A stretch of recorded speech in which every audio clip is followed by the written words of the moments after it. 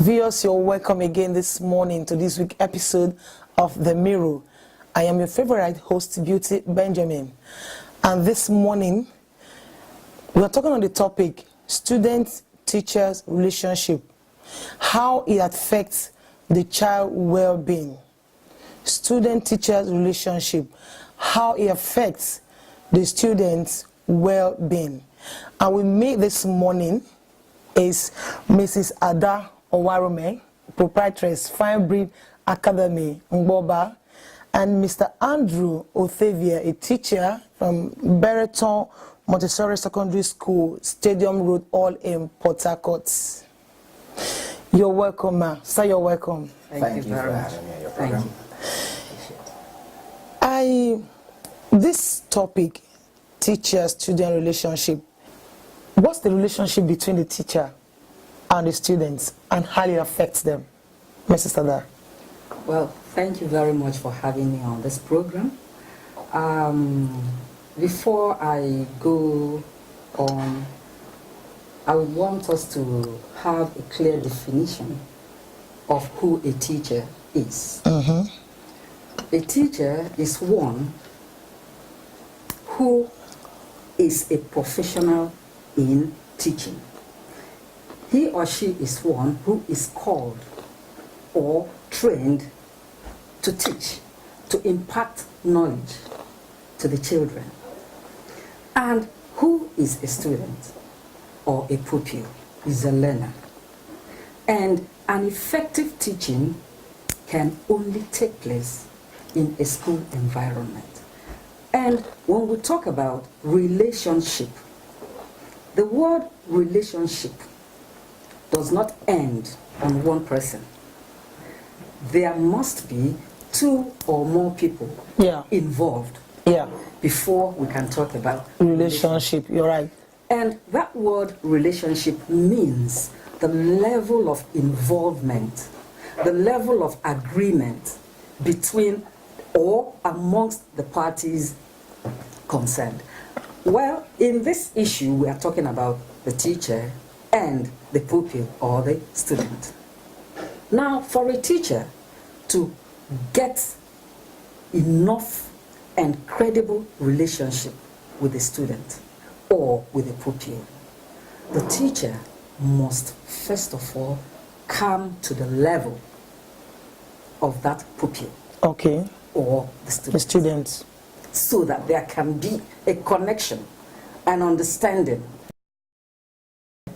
and you expect that little one to really do what you that is on top can do. So even if the child is, even if the baby is as tender as, my son got into school when he was 1 year and 6 months. Yes.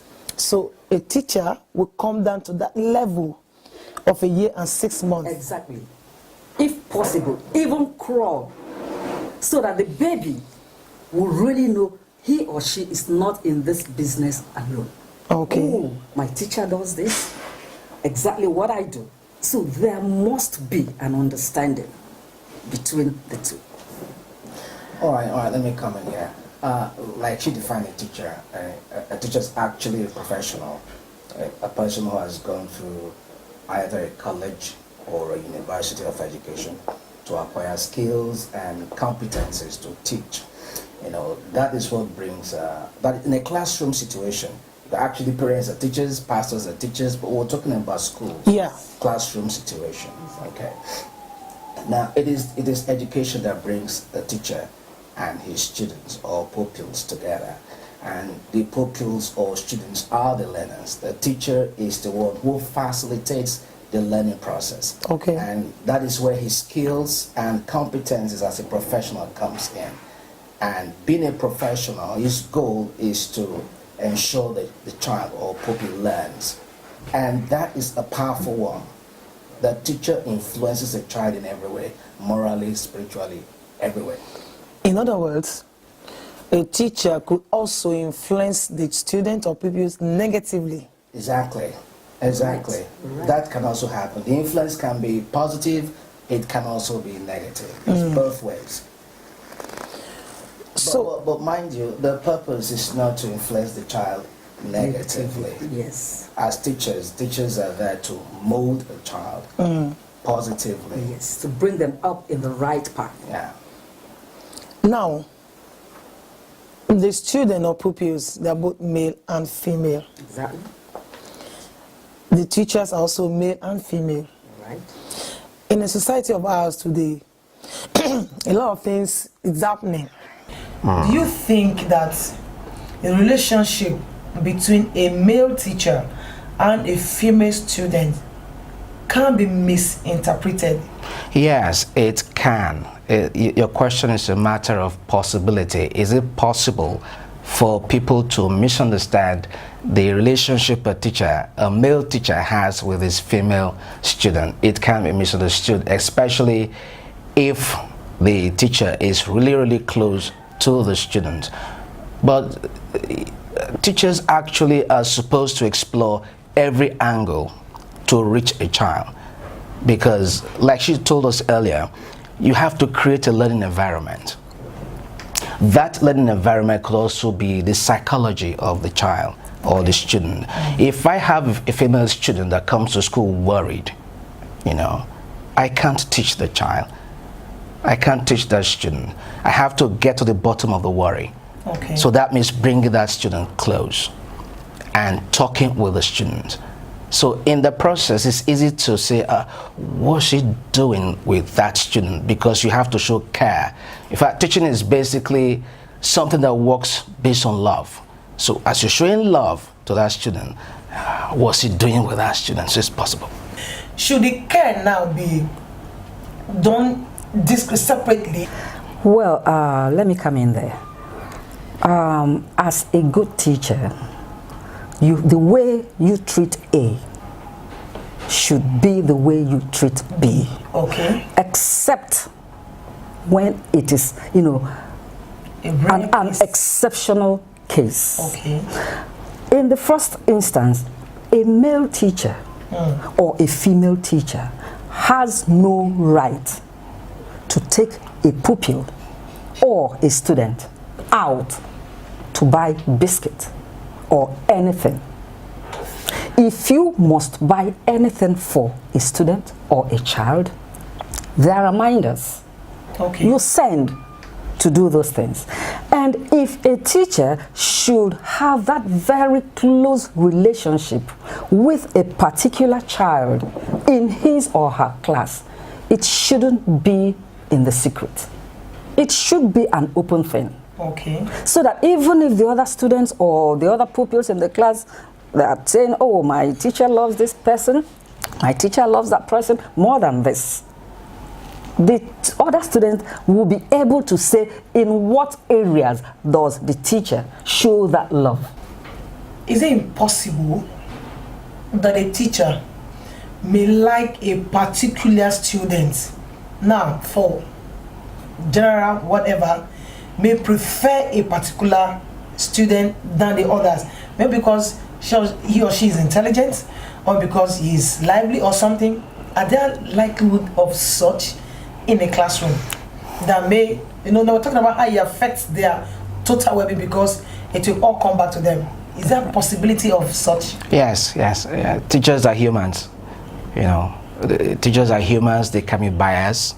In other words, they can like one person more than another for reasons such as, oh, this child is very intelligent, oh, this child is very humble, oh, this child is good looking, but the teacher should be professional and not display that bias openly. Because my problem now is when such, the children, they are young, when such is being noticed by them, how do you help that situation? All right, quick, before we answer that question, I think we should make it clear that it is unfair to teachers to measure them by scores and grades of their students and pupils, because teachers don't only teach students to pass and have good grades. Students and pupils have their social life. Exactly. They have other aspects of their lives that teachers also aim to reach so that in the end they can have a total child. Okay. So measuring teachers by grades of students is not really the best. Okay. You know, so I don't usually subscribe to that. Oh, if I teach 25 students in my class and then 10 of them do well and 15 don't do well, does that make me a bad teacher? What does it make you? It doesn't make me a bad teacher. So how do you present that 15 in your class? All right, let's go to your question about how do you carry along the person who isn't feeling so carried along. Yes. You know, a teacher's duty is to make sure everybody feels that they belong to the class. Yeah. You do your best. Nobody should feel out of place. Left behind. Nobody should feel left behind. Yes. You have to take care of the emotional needs of all your students. You have to make sure they're ready for you and you teach them. Like I said, even if you prefer one to the other, don't show it. Okay. Be professional about it. It's like a parent now. A parent can have many children. You usually may have your favorite, but you do your best not to show it. Because if the others get to know, they'll feel bad. Yeah. Everything the child does will be misjudged as, oh, because your mom is favorite or your dad is favorite, that's why you're getting away with certain things. The same thing goes to a teacher. You know, a teacher does all he can to make sure everybody's carried along. Now, Mrs. That in the course of defining who a teacher is, you said a teacher is called. Now, I want to look at it from this way. Called as in, can someone who is not educated become a teacher?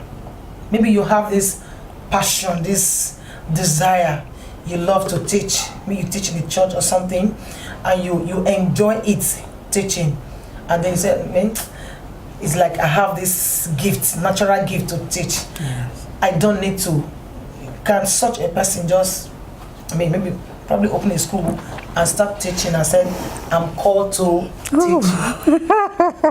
Mrs. Benjamin, please, such a person cannot and should not open a school. That will be something else. Well, what I mean by a teacher is called for someone to be a professional teacher. You must, that word must, undergo training, proper training that will qualify you as a teacher. Everybody has, this quality of teaching in him or herself. But for you to be a professional, to handle children, to be in the classroom, to be in the four walls of a school, in an academic setup, you must undergo that training that will qualify you as a teacher. So when you have such training, yes, you can have good relationship with your students or your pupils and the parents. Okay. And the parents, is it of what importance is that? You can relate very well. Pass on information to your parents. Carry your a school setting is not all about the teacher and the students or the pupils. The parents are also stakeholders in the business. Okay. You carry them along. Get them involved in some of the activities of the school so that the school will flourish. Viewers, you're still on the show with me this morning, The Mirror. I'll be talking on student-teacher relationship, how it affects the students. When we return, there are some issues like fears in the hearts of the children. When we return from the break, we'll continue with the discussion. Don't go away.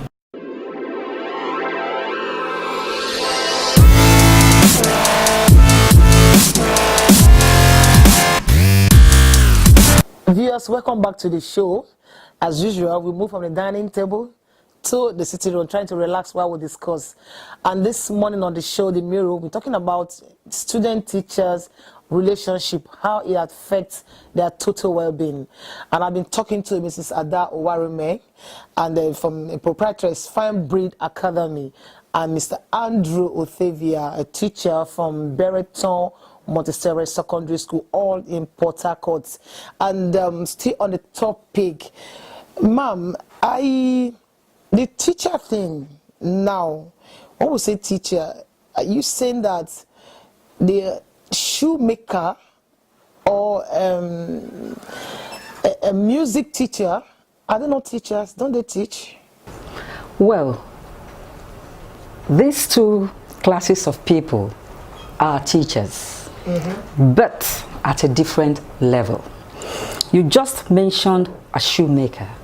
Some shoemakers went through schools to acquire knowledge, though we have 1,001 roadside shoemakers. Just like we have 1,001 roadside school and school teachers. In this town right now, a room, the school thing now is being seen as a business. Those ones now, are they professionally trained? In some of those the places you call one-room schools, there are some qualified and well-trained teachers there. But for the fact that they could not get into the big schools, they decided to start from somewhere. So the shoemaker by the roadside, if a professional shoemaker makes your shoe or amends your shoe, you will see the difference, a great difference between his own handwork and the roadside shoemaker. The difference is because that one went for training and he is a professional in that area. Okay. Okay, now let's come down to Mr. Andrew. Yes. There are some students, I don't know, but I've come across some who don't like school. They don't want to go to school. They don't want to hear the word school. And these ones, even when they are pushed to the school and they come back, they can hide their homework. Talking about relationship with students, if you come across such students as a teacher, a professional teacher, how can you help that child? What is responsible for that behavior? Yes, actually something is responsible for it. So the question is, what could make a child not want to go to school to learn? You know, the reasons could be one, maybe the teacher is scary, so to say. Actually, don't like No, they Okay. don't. They don't. Okay, the environment is hostile, it's not friendly, or the child doesn't feel he or she belongs to the classroom, you know, treated like an outcast, it's not welcome there. So these are some of the reasons that could make a child not want to learn. Also, there are health issues as well. Okay.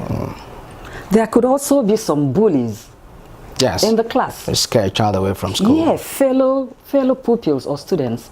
Bully Might about pose- I got a mail last week. A teacher, a parent from a school, Okay. excuse me, complained that her little child, little girl who is in maybe the primary 3 or something, do not want to attend a particular school anymore. And she was, what's the matter? And she went to the platform. I was discussing with parents, and parents tried to find out what was the matter. And at the end of the day, we find out that, well, it's on a religion where she worship. So the way she dresses the child, when the child comes to the school, bullying now, it's that like the bully also starts from small class. Yes. So when she comes to the class, she does not participate in anything, any social activity in the class. The way she dresses, her uniform, everything makes the other one, they're like, she's awkward. Okay. And they begin to laugh at her at that tender age. And then the child said, I don't want to attend this school anymore. And the mother blew up and was like, the teacher is bad, she's scary. But they had to critically find out what was responsible for that. So the children can actually bully from that small age. Exactly. It's very possible, very, very possible. So how do you handle that? Well, the school really, that's why I said a school business is not only between the teacher and the pupil. Okay. The parents are also stakeholders. Okay. Now, the information came from the parent Yeah. that the child said, I don't want to go back to school because they laugh at me, my dressing, whatever, the parent brought that information to the school. It is now the duty of the school authority to stand their feet and put an end to that. That the child dresses in that particular manner does not make the child less human, less important, less a person than you that comes in your big jeep. There should be room to accommodate everybody. You talk. These children that we look at, we say they are tender, they, you underrate their ages. To me, no child is a baby. Even the one in the womb. You talk and they hear, they listen. Okay.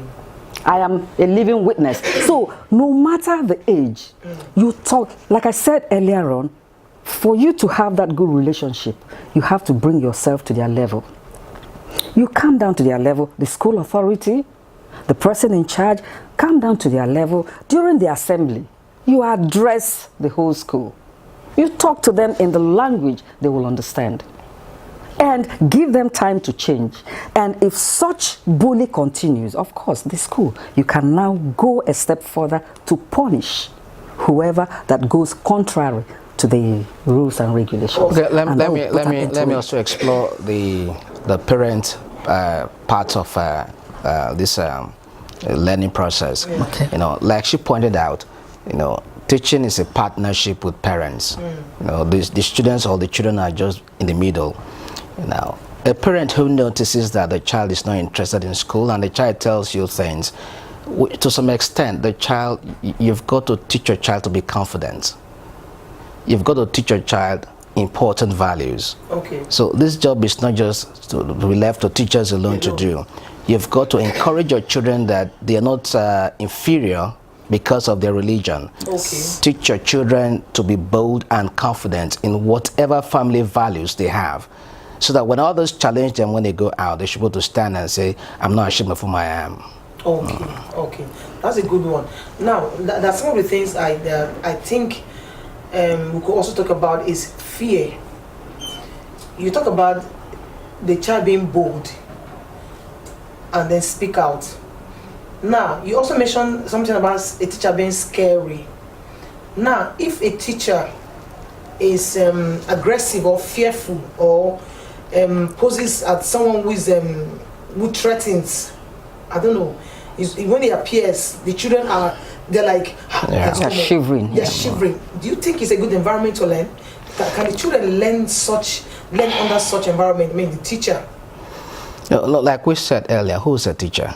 Is that professional? Should a teacher scare away his students or his pupils?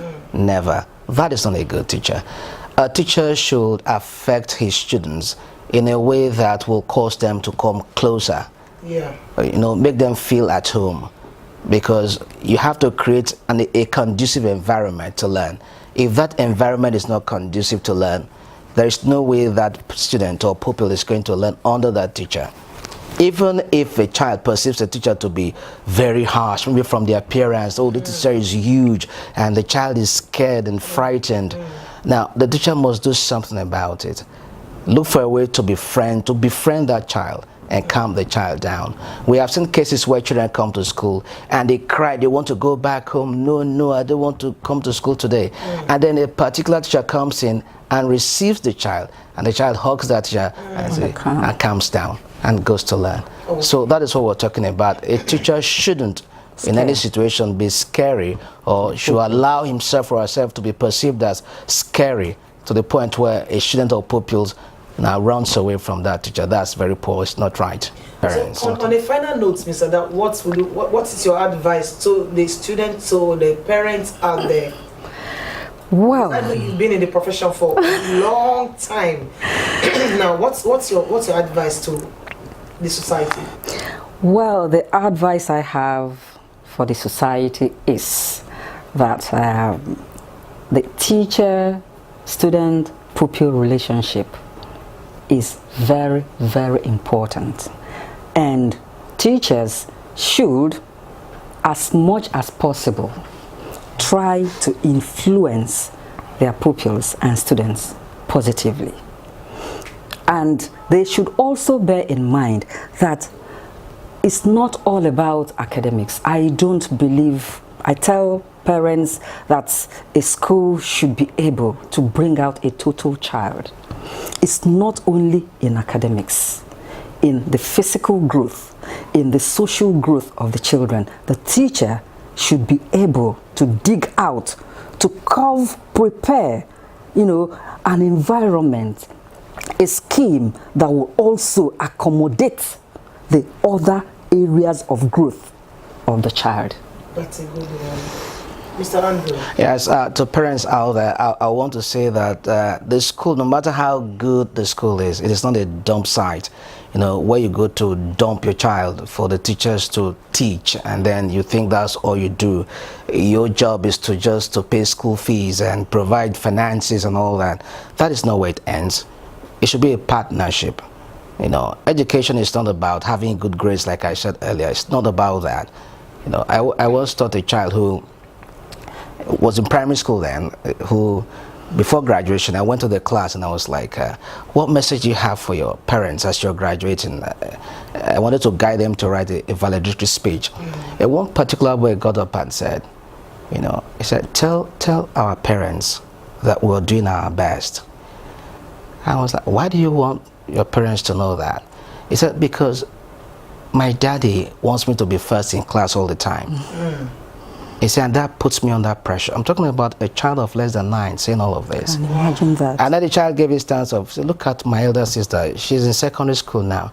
Because she's under so much pressure, she's no longer doing well at school. Oh, gosh. And now the parents have not had the time to look at other aspects of their child's life. It's just about good grades, who come first in class, who come second in class and all. That's not what it's all about.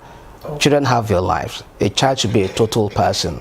They have their social life, they have their spiritual life, and all the areas too. So don't abandon your child like that. Let's work together to teach our children. Thank you so much. It's been nice having you on the show this morning.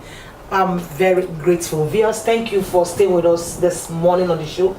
Like you've heard from the professionals, don't leave the business of child teaching to the parents. It should be a partnership. Partner with the teachers to get the best, because some children may not be called to learn from the classroom. There are other aspects that you could discover from your child. Same time, same station next week. For your comments, observation, participation, and sponsorship, please log on to the number on your screen, WhatsApp and text messages alone. I am Beauty Benjamin. Thank you. I can see clear.